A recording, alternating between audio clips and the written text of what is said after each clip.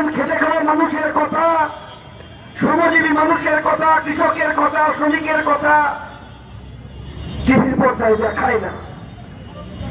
এই 50 দিনের যাত্রাপথে 100 জনের বেশি স্থায়ী পদযাত্রীরা 2910 কিলোমিটার পথ অতিক্রম করার পর ছোট্ট ছোট্ট অসংখ্য অভিজ্ঞতা, মানুষের প্রতিদিনের জনজীবনের যে সমস্যা, সেগুলোকে আমরা একটা জায়গায় করেছি।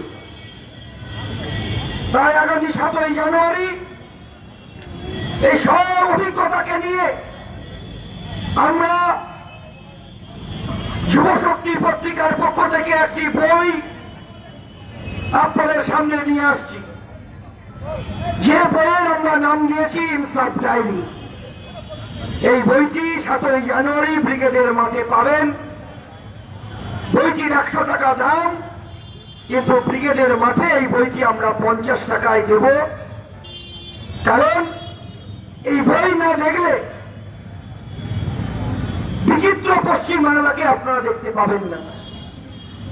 এ বাংলা জীবানন্দ দাশের বাংলা নেই, এ বাংলা মাতঙ্গিনীর বাংলা নেই, এ বাংলা বিদ্যাসাগরের বাংলা নেই, এ বাংলা বঙ্কিমচন্দ্রের বাংলা নেই।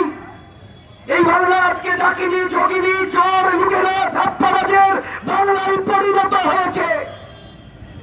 এই বাংলা যদি আপনারা না দেখতাম, এই 50 দিনের যাত্রাপথে এই বাংলার আসল ছবি আমরা দেখতে পেতাম না। বহু বছর আগে সুকান্ত ভট্টাচার্য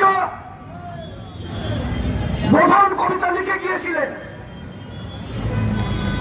প্রধান কবিতায় বলেছিলেন একটা অংশে যে আমার প্রিয়াকে মেরেছিস তোরা, ভেঙেছিস ঘর বাড়ি, সে কথা কি আমি জীবনে মরণে কখনো ভুলিতে পারি। আদিম হিংস্র মানবিকতার আমি যদি কেউ হই, স্বজন হারানো মহাশ্মশানে চিতা আমি তুলবই। তাই পশ্চিম বাংলার 50 দিনের ইনসাফ যাত্রার যাত্রাপথে পশ্চিম বাংলায় তৃণমূলের চিতা তোলার জন্য 2910 কিলোমিটার রাস্তা অতিক্রম করে এসেছে এই বাংলার লাখো লাখো যৌবন। আর বাংলার মাটিতে হাজার হাজার চিঠি দিয়ে এসেছে। আমাদের ভারতীয় কোনো পোস্টম্যান ছিল না, পোস্টম্যান হয়েছিল এই বাংলার লাখো লাখো যৌবন। আমরা বলেছি এই চিঠির উত্তর পড়া হবে 7ই জানুয়ারি ব্রিগেডের ময়দানে। কি লিখবেন সেই চিঠিতে? পশ্চিমবাংলা কিশোর আত্মহত্যার কথা, 100 দিনে কাজ না পাওয়ার যন্ত্রণার কথা, পশ্চিম বাংলায় খেটে খাওয়া মেহনতি মানুষের কথা, কলকারখানা বন্ধ হয়ে যাওয়ার কথা, চা বাগানের শ্রমিকের নাম কেটে পাওয়ার কথা, নাকি লিখবেন পশ্চিম বাংলায় 8320টি স্কুলের বন্ধ করে দেবার কথা? যে বাংলায় একটা সময় এই রাজ্যের সরকার বামপন্থী ফ্রন্ট সরকারের আমলে 68,000 প্রাইমারি স্কুল তৈরি করেছিল, 12,000 মাধ্যমিক উচ্চ মাধ্যমিক স্কুল করেছিল, 43টি পলিটেকনিক কলেজ করেছিল, 800টি ইঞ্জিনিয়ারিং কলেজ তৈরি করেছিল, 12টি এলআইপতি মেডিকেল কলেজ তৈরি করেছিল, 13টি হুমায়ুপতি মেডিকেল কলেজ তৈরি করেছিল। সেই রাজ্যের মাটিতে 8,320টি স্কুলে তালা বন্ধ করার নোটিশ দিয়েছে রাজ্যের সরকার। আর তালা খোলানোর দাবিতে গোটা রাজ্যে পথ হেঁটেছে এই বাংলার যৌবন। তালা আপনাকে খুলতে হবে। মন্দিরের সামনে বেকার যুবরা ভিক্ষা চাইবে না, স্কুলের গেটের সামনে একদিকে শিক্ষকের ভিড় হবে আর একদিকে বাংলার ছাত্রদের ভিড় হবে। তাই তো রাস্তা হেঁটেছি। কি অভিজ্ঞতা! যখন দার্জিলিং এর চা বাগান দিয়ে আসছি আমাদের ইনসাফ যাত্রা, আমরা দেখেছি চা বাগানের আমার মারা যারা চা বাগানে চা তুলতে গিয়েছেন, ছোট্ট ছোট্ট বাচ্চাগুলোকে একটা বন্ধ খাঁচার মধ্যে, যেখানে চিড়িয়াখানায় জীব জন্তুদের রাখা হয়, ওরকম একটা নেটের ঘরে রেখে দিয়েছেন। চা বাগানের শ্রমিক বলছেন, গোটা দিন চা পাতায় আমি হয়তো 120 টাকা থেকে 30 টাকা ইনকাম করি। এই সরকার আমাকে আবাস যোজনার ঘর দেয়নি, আমি রেশনের খাবার পাচ্ছি না, আমি অপুষ্টিতে ভুগছি। কারণ এই বাংলায় আমরা দেখেছি মানুষের চোখের তলে কালি, রাস্তার দুধারে দেখেছি মানুষের মলিন কাপড়, ছেঁড়া কাপড়ের মহিলা কাপড়ের যন্ত্রণা, আমরা দেখেছি মানুষের ফাটা গোড়ালি, আমরা দেখেছি মুখের কোণে একটা মহিলা অপুষ্টিতে ভুগছে। তাই তো মুর্শিদাবাদ জেলায় একই দিনে 9 জন নবজাত শিশু মারা গেল। সেই বাংলার চা বাগানের শ্রমিক এসে বলছে, এটাই আমার ভারতবর্ষ, আমার এতটুকু অধিকার নেই যে আমি চা তুলতে তুলতে এসে আমার বাচ্চাটাকে একটু আমি দুধ খাইয়ে যাব।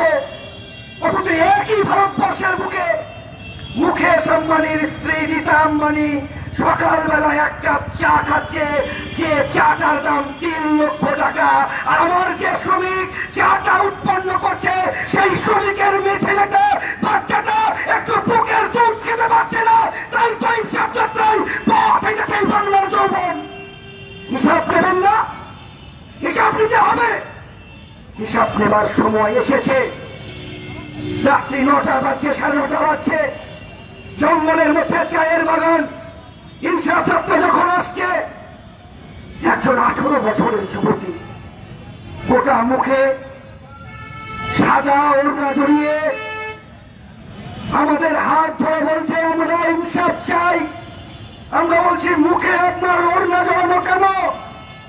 বলছে, ওড়না আমার কাছে হয়তো লজ্জা হতে পারে, কিন্তু এই লজ্জা শুধু আমার নয়, গোটা বাংলার লজ্জা।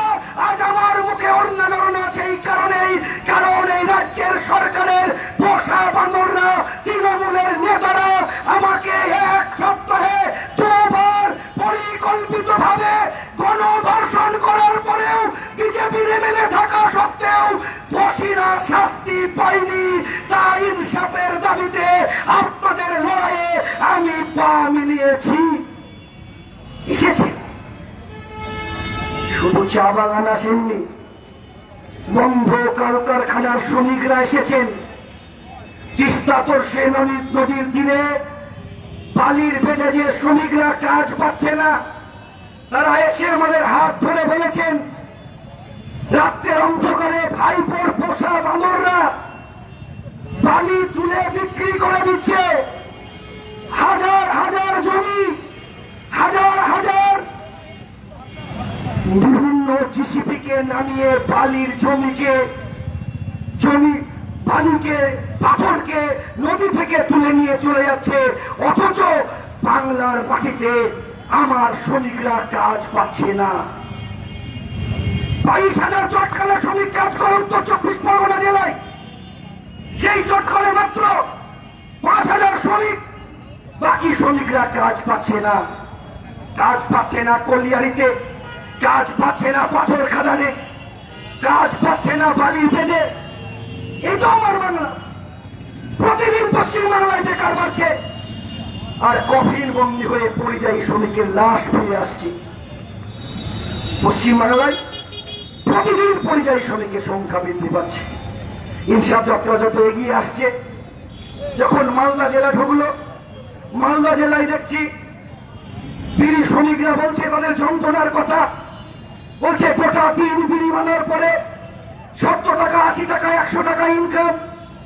আমার বাড়িতে সংসার চলছিল না, তাই আমার স্বামীকে কাজ করার জন্য কর্ণাটকে পাঠিয়েছিলাম। বাড়িতে যখন গিয়েছি, সেই পরিযায়ী শ্রমিকের বাড়িতে ছোট্ট মেয়ে আর বিধবা স্ত্রী এসে বলছে, আমার স্বামীকে কর্ণাটক পাঠালাম, 2-3 মাস পরে খবর পাচ্ছি আমার স্বামীটা ছাদে কাজ করতে গিয়েছিল, পড়ে মারা গিয়েছে। গ্রামের লোক গেল, লাশ বাড়িতে নিয়ে এলো, কিন্তু 2টি চোখ নিয়ে সেই পরিযায়ী শ্রমিক কাজ করতে গিয়েছিল। যখন বাড়িতে ফিরে এলো, তখন দেখছে তার চোখ দুটোকে তুলে নিয়েছে। কি অপরাধ করেছিল?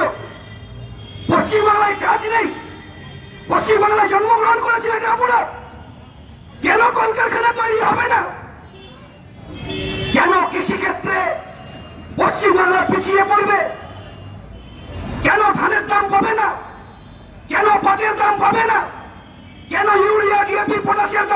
পশ্চিমবাংলায় প্রতিদিন বৃদ্ধি পাবে, কেন কলকারখানার শ্রমিক ছাঁটাই হবে? ইনসাফ যাত্রায় পা মিলিয়েছে এই শ্রমিক, এই কৃষক, ছাত্ররা তাদের যন্ত্রণার কথা ইনসাফ যাত্রায় এসে বলেছেন। মিড ডে মিলের খাবার উদা হয়ে যাচ্ছে, মিড ডে মিল থেকে ডিম উদা হয়ে যাচ্ছে, যন্ত্রণার কথা শুনেছি।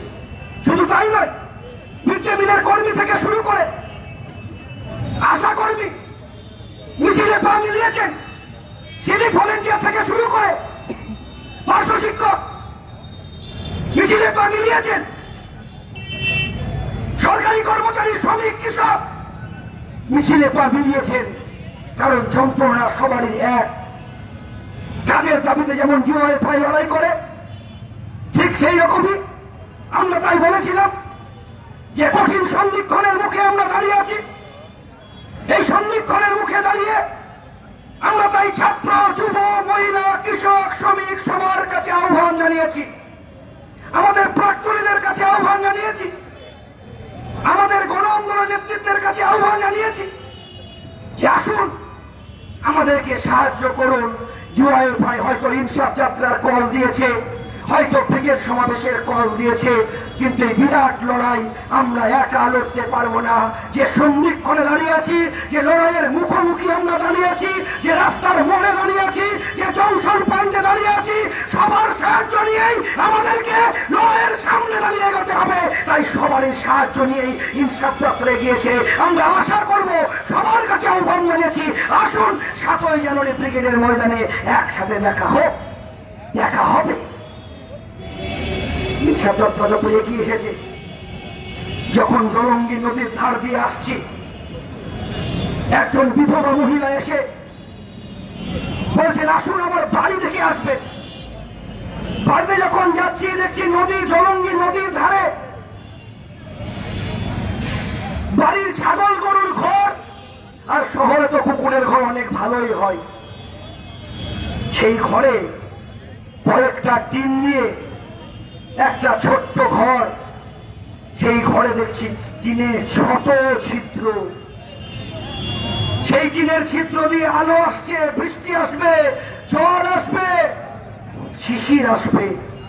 তাকে যখন জিজ্ঞাসা করছি যে আপনি আবাস যোজনার ঘর পাননি, দিদিমণি আপনাকে লক্ষ্মী ভান্ডার দেয়নি, বলছে কিছুই তো পাইনি, আবাস যোজনার ঘরের টাকাটুকু পেয়েছিলাম, কিন্তু তৃণমূলের নেতারা লুট করে নিয়েছে, তাই তোমাদের কাছে এসেছি একটু ইনসাফ চাইতে। পাবো কি ইনসাফ? তৃণমূলের নেতারা গোটা রাজ্যে এই গরিব মানুষের টাকা চুরি করে, কেউ কেউ জেলে আছে ভালো কথা, আর বড় বড় নেতারা বড় বড় টাকার পাহাড় তৈরি করেছেন। কেউ কেউ আপনাদের কলকাতা শহরে চলন্ত সিঁড়ি বাড়িতে লাগিয়েছেন। মানুষ তাদেরকে চলন্ত সিঁড়িতে চড়ানোর জন্য বাংলায় তৈরি হচ্ছেন। মনে রাখবেন, বাংলার মাটিতে গরিব মানুষের টাকা চুরি করে যারা চলন্ত সিঁড়িতে উড়িয়েছেন, যারা পশ্চিম বাংলায় বড় বড় অট্টালিকা তৈরি করেছেন, মনে রাখবেন প্রতিটি বাড়ির ফাঁকে রয়েছে পশ্চিম বাংলার মেহনতি শ্রমিক কৃষকের রক্ত আর ঘামের টাকা, 100 দিনের কাজের লুট করা টাকা। মানুষ অধিকার ছিনিয়ে নেবে, মানুষ অধিকার লড়ে নেওয়ার জন্য গোটা বাংলার মাটিতে তৈরি হচ্ছে।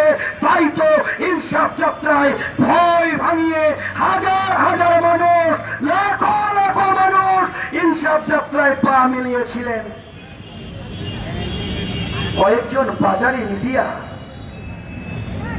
আমাদেরকে ইনসাফ যাত্রার প্রথম দিকে বয়কট করেছিলেন, দেখাইনি টিভিতে। আমরা বলেছিলাম কচু পোড়া দেখালি আর না দেখালি আমাদের সোশ্যাল মিডিয়া আছে, আর পশ্চিমবাংলার হাজার হাজার জনগণ আছে। সোশ্যাল মিডিয়ার কর্মীরা প্রতিদিন তাদের ক্যামেরা দিয়ে মানুষের জীবন যন্ত্রণার কথাকে ক্যামেরায় দেখিয়েছিলেন, আর বাজারে কিছু মিডিয়া শেষের দিকে ইনসাফ যাত্রাকে দেখাতে বাধ্য হয়েছিল। কিছু কিছু মিডিয়া আছে আপনাদের, দেখবেন যে মিডিয়াগুলোর গাল টিপলে এখনো দুধ বেরোবে। তারা বলছে ভাইপোর যাত্রা নাকি করেছিল, সেই যাত্রা থেকে নাকি ডিওয়াইএফআই যাত্রা করেছে ইনসাফ যাত্রা। আরে যখন ডিওয়াইএফআই তৈরি হয় তখন ভাইপোর জন্ম হয়নি, ভাইপো রাস্তা দেখাবে। ভাইপো রাস্তায় আমরা যাই না। ভাইপো রাস্তায় হাজার হাজার পুলিশ থাকে, আমাদের যাত্রায় পশ্চিমবাংলার লাখো লাখো জনগণ থাকে। ভাইপোর যাত্রায় কোটি কোটি টাকার তাবু থাকে, আর আমাদের যাত্রায় বাপ কাকাদের ঘামের টাকা দিয়ে ডাল ভাত আর একটা চাদর জড়ানো জায়গা থাকে শোয়া। ভাইপোর যাত্রায় মানুষ জুতো ছড়ে, আমাদের যাত্রায় মানুষ ফুলের পাপড়ি ছড়ে। এটাই ওদের সঙ্গে আমাদের পার্থক্য। ওরা আমাদেরকে রাস্তা দেখাবে। এই বাংলার প্রতিটি ইঞ্চি জমির হিসাব নেবার জন্য গোটা বাংলার জনগণ তৈরি হয়েছে। তাই তো ইনসাফ যাত্রা যখন যে বীরভূমের মাটিতে যারা বলেছিল গুড় বাতাসা খাওয়াবে, নকুল দানা খাওয়াবে, যারা বলেছিল এই পশ্চিম বাংলায় গান ধরে উঠা বসা করিয়েছিলেন আমাদের এক্স এমএলএদেরকে, সেই এক্স এমএলএরা গান ধরে উঠা বসা করেছিলেন ঠিকই সেদিন, কিন্তু লাল ঝান্ডা ছাড়েনি, ইনসাফ যাত্রায় পা মিলিয়েছিলেন। আর যারা আমাদের নেতাদেরকে জেলে ঢুকিয়েছিলেন, 10 বছর বীরভূমের নেতারা জেলে ছিলেন, জেল থেকে বেরিয়ে এসে বলছেন আমরা সর্বস্ব খুইয়ে দিয়েছি, তবু লাল ঝান্ডাটাকে ছাড়িনি। জেলের মধ্যে গণশক্তি পত্রিকাকে বন্ধ করে দিয়েছিল, অনশন করে লড়াই করে জেলে গণশক্তি পত্রিকাকে চালু করেছি। ওরা আমাদেরকে শিখিয়েছে কিভাবে লড়তে হয়। যে গ্রামে আবার অনুব্রতর নাম বেরিয়ে গেল, সবাটাই অসম্পূর্ণ হয়ে যাবে। সেই চোর চিটিংবাজের বাড়িতে 3 জন আমাদের কমরেডকে রাতের অন্ধকারে মরে চক্রান্ত করেছিল। বাড়িতে বৃদ্ধ মা বাবাকে রেখে এক ভাইকে মাধ্যমিক পরীক্ষায় বসতে দেয়নি, আর এক ভাই প্রাইমারি স্কুলের শিক্ষক, তাকে বাড়ি থেকে তাড়িয়ে দিয়েছিল। আর এক ভাইকে প্রমে জর্জরিত করে দিয়েছিল গোটা শরীরটাকে। তারা ইনসাফ যাত্রায় হয়েছিল, গ্রাম ছেড়ে দিয়ে, বাড়ি ছেড়ে দিয়ে, ছোটাছুটি জঙ্গলে যদি আজও যান, কয়েকটা বাঁশের টুকরো, কয়েকটা গাছের ডাল দিয়ে তৈরি করেছিল রেস্টুরেন্ট, একটা চায়ের দোকান। এখন রেস্টুরেন্টে পরিণত হয়েছে। তারা বলছে কেন আমার বৃদ্ধা মা বাবাকে বাড়িতে রেখে এসেছিলাম জানেন? এই কারণেই যে আমার মা বাবা যদি গ্রামে না থাকতো, ওরা বামপন্থাকে শেষ করত।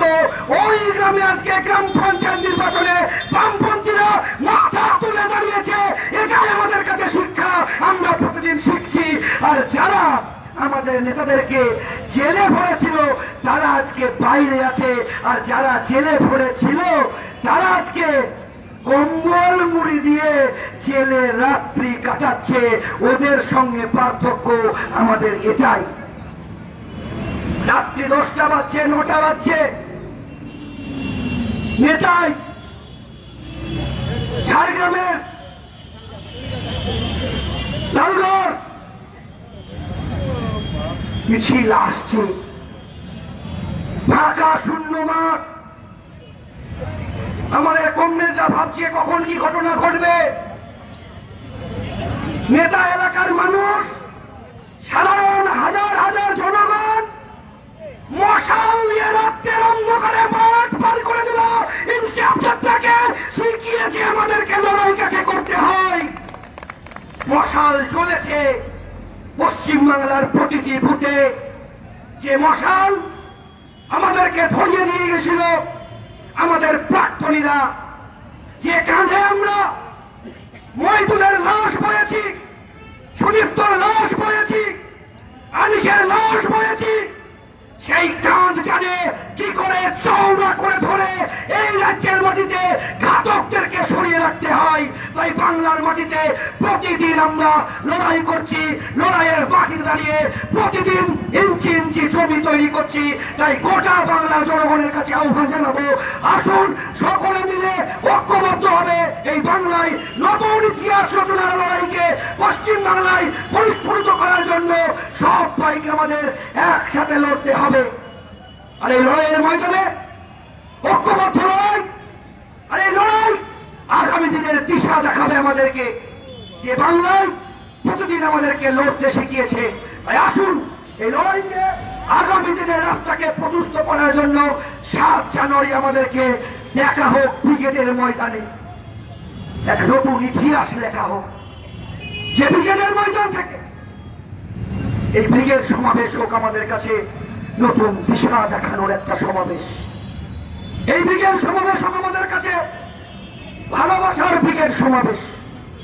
এই ব্রিগেড সমাবেশ হোক আমাদের কাছে অন্ধকার থেকে আলোর পথে যাবার ব্রিগেড সমাবেশ। এই ব্রিগেড সমাবেশ আমাদের কাছে নকল এজেন্ডার বিরুদ্ধে আসল রুটি রুটি এজেন্ডা মানুষের সামনে নিয়ে আসার ব্রিগেড সমাবেশ। যে ব্রিগেড সমাবেশে আমরা বলতে চাইছি ধর্মের ভিত্তিতে এই ভারতবর্ষটাকে, এই বাংলাটাকে ভাগ করা যাবে না।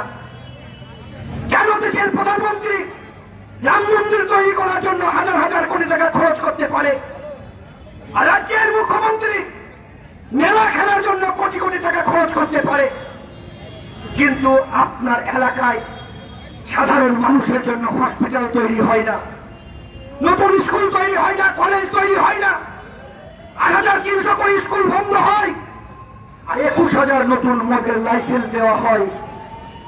একদিকে দেশের সরকার হিন্দু ধর্মকে প্রতিষ্ঠিত করার লড়াই, আর অন্যদিকে দাঁড়িয়ে আমাদের রাজ্যের মুখ্যমন্ত্রী সংখ্যালঘু মানুষকে সংগঠিত করার জন্য মুসলিম দরদি সেজে মাথায় হিজাব পরে রেড রোডে নামাজ পড়তে যান। কোনদিন দেখেছেন এই রাজ্যের মুখ্যমন্ত্রী পুতুলে ভট্টাচার্য, প্রফুল্লচন্দ্র জ্যোতি বসুকে বড় হিন্দু সাজার জন্য পুতুলে ভট্টাচার্যকে কোনদিন বইটা দেখিয়ে বেড়াতে হয়েছে? হয়নি। এই রাজ্যের মুখ্যমন্ত্রী বলেন উনি নাকি সবচাইতে মুসলিম দরদি।